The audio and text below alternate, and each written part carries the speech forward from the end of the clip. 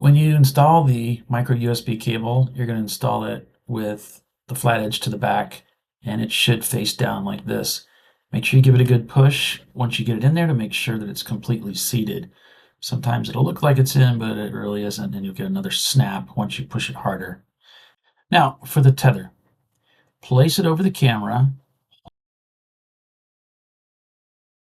hold the cord in the center of the connector with your finger. Place the cord on the front of the camera beneath the lens. Pull the paracord tight to cinch it up. And then if you want to, you can tuck the whiskers inside the paracord, and that completes the installation of the tether. All right, in this video, I'm just going to demonstrate what it's like to use the camera. And so once you have the camera cabled up, you're going to just hit the power button on the top, and then it will begin this scanning process. And then it will move from that into connecting to Wi-Fi. And I'm going to show you how you can interrupt this process if you need to. Just hold the button down and it will shut off. So we'll do it again. There we go.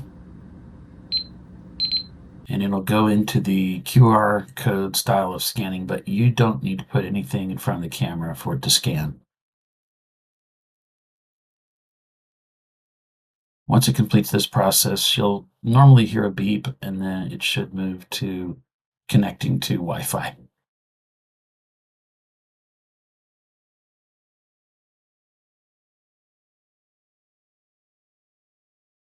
Now, this can take several seconds depending upon how good the signal is between the camera and the Wi-Fi. If you see the screen start to go dim, that's usually a bad sign. And then it will move from that to give you a connecting to server, and that too can take several seconds.